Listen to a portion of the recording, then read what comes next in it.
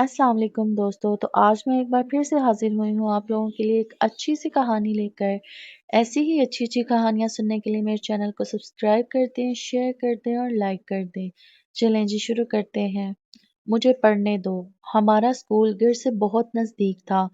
محلے کی 2 اور لڑکیاں بھی میرے ساتھ پڑھتی تھی اور ہم تینوں ساتھ اسکول جایا کرتی تھی۔ میٹرک تک سکون سے پڑھائی کی، کبھی کسی مسئلے سے دو چار نہ ہونا پڑا کیونکہ 5 منٹ میں اسکول پہنچ جاتے تھے۔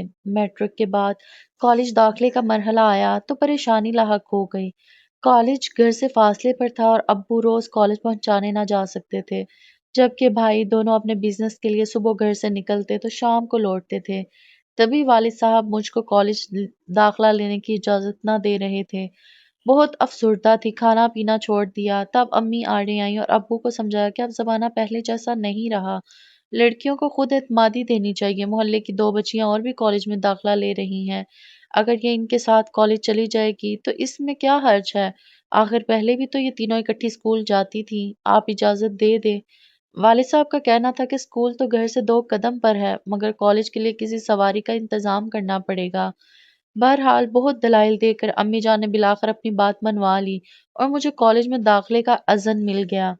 میں نے بشرا اور تنویر کے ساتھ فرسٹ ایئر میں داخلہ لے لیا۔ روز ہم کو بس پر جانا ہوتا تھا۔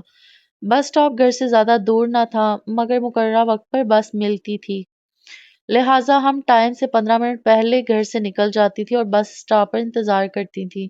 اس روز جب بس آئی کافی رش تھا، سٹاپ پر 3 ہیرو ٹائپ لڑکے بھی کھڑے تھے، غالباً بس کا انتظار کر رہے تھے، تاہم ان کی نظریں ہم پر مرکوز تھیں۔ اس صورتحال سے میں تو پہلے دن سخت پریشان ہو گئی۔ جب ہم کالج سٹاپ پر اترے وہ بھی ساتھ اتر گئے۔ ان کے انداز سے یوں لگا جیسے کہ ان کو تعلیم سے زیادہ ہم لڑکیوں میں دلچسپی ہو۔ وہ کچھ آوارہ قسم کے لگ رہے تھے اور ہمارے بارے میں ہی آپس میں گفتگو کر رہے تھے۔ سوچا کہ اگر روز یہی صورتحال رہی تو کیا ہوگا؟ یہ سوچ کر ہی میں پریشان ہو گئی۔ میرا خدشہ درست ثابت ہوا۔ اگلے روز بھی وہ ہم سے پہلے بس سٹاپ پر موجود تھے۔ ہمارے فوراً بعد بس میں سوار ہوئے اور کالج سٹاپ پر ہمارے ساتھ اتر گئے۔ آج وہ کچھ ذومانی فکرے بھی کس رہے تھے۔ ہم نے سنی انسنی کر دی اور کالج کے گیٹ میں گھس کر ان سے پیچھا چھڑا لیا۔ تیسرے دن پھر انہوں نے ہمارا پیچھا کیا اور جب میں بس سے اتر کر کالج گیٹ کی طرف بڑھی تو ایک خط مروڑ کر میری کتابوں پر پھینک دیا۔ ان کا نشانہ بالکل صحیح تھا۔ خط پھینکنے والے کا نام شعیب تھا، اس کے ساتھی اسی نام سے اس کو پکار رہے تھے۔ میری کتابوں کو چھوتا خط قدموں میں گر گیا اور میں آگے بڑھ گئی، لیکن میری ساتھی نغمہ نے کاغذ کی اس ننھی منی گول گیند کو اٹھا لیا۔ کالج کے اندر داخل ہونے کے بعد میں نے اس سے کہا، تم نے کیوں اسے اٹھایا؟ اب وہ روز ایسا ہی کریں گے۔ وہ بولی، اگر نہ اٹھاتی تو ہمارے پیچھے آنے والی کوئی دوسری لڑکی اٹھا لیتی اور پھر تمہاری بدنامی ہو جاتی، اور لڑکیاں بھی تو آ رہی تھیں۔ انہوں نے یقیناً لڑکوں کی اس حرکت کو نوٹ کیا ہوگا۔ خدا جانے اس نے خط میں کیا خرافات لکھی ہیں۔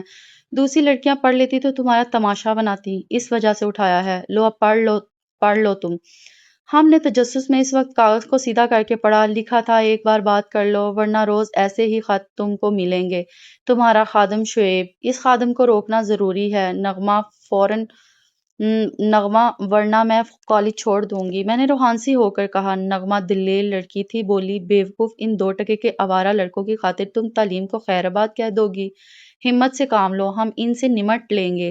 مشورے کے بعد فیصلہ کیا کہ کل بس سٹاپ پر ان کو زبانی سمجھائیں گے، اگر باز نہ آئے تو پھر ان کی شکایت کر دیں گے۔ اگلے دن جب انہوں نے وہی حرکت کی تو نغمہ نے مجھے ہمت دی کہ اس سے بات کرو کیونکہ خط تمہاری طرف پھینکتا ہے، میں تمہارے ساتھ ہوں۔ تب میں جرأت کر کے آگے بڑھی اور لڑکے کو مخاطب کیا، مسٹر شعیب، دیکھو میں ایسی لڑکی نہیں ہوں جیسی تم سمجھ رہے ہو، اپنی حرکتوں سے باز آ جاؤ، اپنا اور میرا وقت ضائع مت کرو ورنہ میں تمہاری شکایت کر دوں گی۔ کس سے شکایت کرو گی؟ اس نے ڈٹائی سے کہا۔ جو بھی سورما ہے سامنے آ جائے، ہم بھی ڈرنے والے نہیں ہیں، دھمکیاں نہ دو۔ اسی وقت بس آ گئی اور میں گرفتہ دل بس پر چڑھ گئی۔ تمام راستہ دعا کرتی جاتی تھی، اے اللہ اس شریر انسان سے نجات دلا دے۔ اگر ابا یا بھائی سے شکایت کرتی تو وہ مجھے کالج سے ہٹا لیتے، کیونکہ بہت مشکل سے اجازت ملی تھی۔ میں نے ایسی بہت سی کہانیاں پڑھی تھی، کافی محتاط تھی، مگر یہ لڑکے باز آنے والے نہیں تھے۔ جب موقع ملتا خرافات بڑے خط لکھ کر میری کتابوں پر نشانہ تاک کر پھینکتے۔ کبھی کاغذ کی یہ ننھی منی گیند کتابوں پر اٹک جاتی تو کبھی زمین پر جا پڑتی۔ یہ تو ایسی مصیبت تھی کہ میں کام کر رہ جاتی تھی۔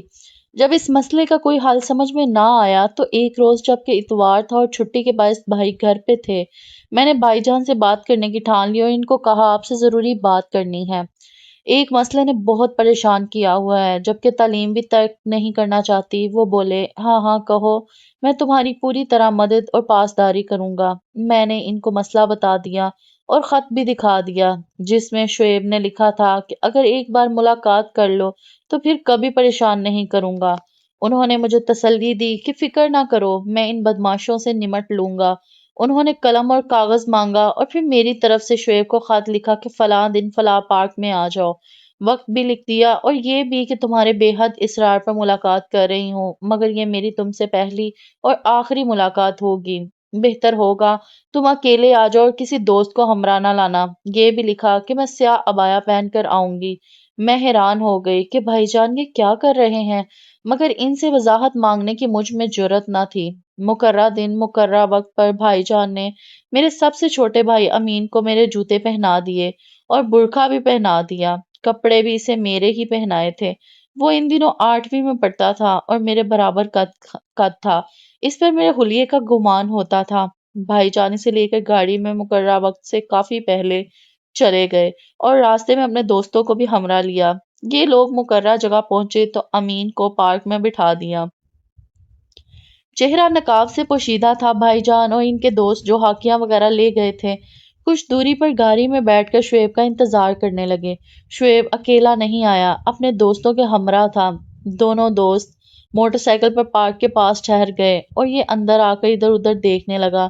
نظر کالے برقعے میں ملبوس بینچ پر بیٹھی اکیلی لڑکی پر پڑی تو اس کی طرف بڑھا۔ جب نزدیک آیا تو مجھے مخاطب کیا، نقاب تو اٹھاؤ، دیکھوں تو صحیح جس کو بلایا تھا وہی ہے یا کوئی اور ہے۔ امین نے فوراً نقاب الٹ دیا۔ وہ بھونچکا رہ گیا۔ اس نے امین کے سر سے حجاب کھینچ لیا اور گالی دی کہ مجھے بیوقوف بنایا ہے، اب اپنی بہن کا حشر بھی دیکھ لینا۔ یہ کہہ کر سیٹی بجائی اس کے چیلے پارک میں داخل ہو گئے۔ تبھی بھائی جان اپنے دوستوں کے ہمراہ امین کی طرف دوڑے۔ ان کے دوستوں کے پاس ہاکیاں تھیں اور وہ شعیب کی طرف لپکے۔ یہ منظر دیکھ کر اس کے ساتھی اپنی موٹر سائیکل پر فرار ہو گئے، مگر شعیب گھر چکا تھا۔ انہوں نے اس پر ہاکیاں برسا دیں، وہ زخمی ہو کر گر گیا اور یہ سب واپس گھر آ گئے۔ اپنی دھانس میں تو بھائی نے شعیب کو سبق سکھایا تھا، لیکن افسوس یہ ہم کو مہنگا پڑ گیا۔ شعیب کے سر میں ہاکی کی چوٹ سے ایسا گہرا زخم آیا کہ وہ بے ہوش ہونے کے بعد دوبارہ ہوش میں نہ آ سکا اور 1 ماہ اسپتال میں رہ کر اللہ کو پیارا ہو گیا۔ اس کے والدین نے اس کے ساتھیوں سے لڑائی کا سبب پوچھا تھا تو انہوں نے بتا دیا جس لڑکی نے ملاقات کا خط لکھ کر پارک میں بلایا تھا وہی اس کی موت کی ذمہ دار ہے۔ انہوں نے میری سہیلیوں کی نشاندہی کی کہ یہ لڑکیاں ہیں جن کے ساتھ وہ لڑکی بھی ہوتی تھی جس کی وجہ سے شعیب کی جان چلی گئی ہے۔ انہوں نے مجھ پر یہ بھی الزام لگا دیا کہ میں شعیب سے دوستی رکھتی تھی اور خط و کتابت بھی تھی۔ میری ساتھیوں کے گھر شعیب کے والد آئے اور پھر ہمارے گھر آ پہنچے۔ ان کا بیٹا وفات پا گیا تھا۔ وہ بہت دکھی تھے۔ انہوں نے بھائی جان اور ان کے دوستوں پر پرچہ کرا دیا تھا کہ ان کی بہن کے ہمارے بیٹے سے غلط مراسم تھے۔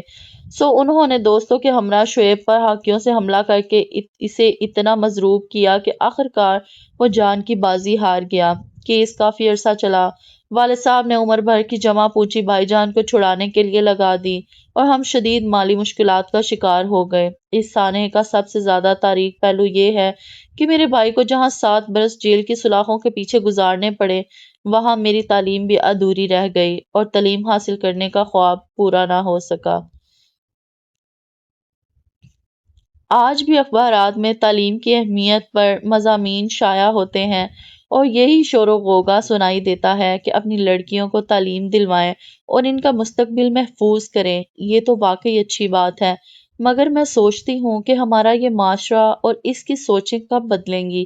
کب شعیب اور اس کے ساتھیوں جیسے آوارہ افراد سے یہ معاشرہ چھٹکارا حاصل کرے گا جو ہم لڑکیوں کے مستقبل اور ان کی ترقی و تعلیم کی راہ میں سب سے بڑی رکاوٹ ہے؟ ہم لڑکیوں کے ساتھ ایسے واقعات دیہاتوں یا چھوٹے شہروں میں ہی نہیں ہوتے، بڑے شہر بھی ان واقعات و سانحات سے پاک نہیں ہیں، اور اس ترقی یافتہ دور میں یہ ایک بہت افسوسناک بات ہے۔ ایسے لڑکوں کے والدین کو چاہیے کہ وہ اپنے لڑکوں کو ذہنی پرورش صحیح خطوط پر کریں اور کوئی بھی قانون کو ہاتھ میں نہ لے، ورنہ ہماری طرح شدید مسائل سے دوچار ہوگا۔ تو دوستو، کیسی لگی یہ کہانی کامنٹ میں ضرور بتایا کریں۔ ایسی ہی اچھی اچھی کہانیاں سننے کے لیے میرے چینل کو سبسکرائب کر دیں، شیئر کر دیں اور لائک کر دیں۔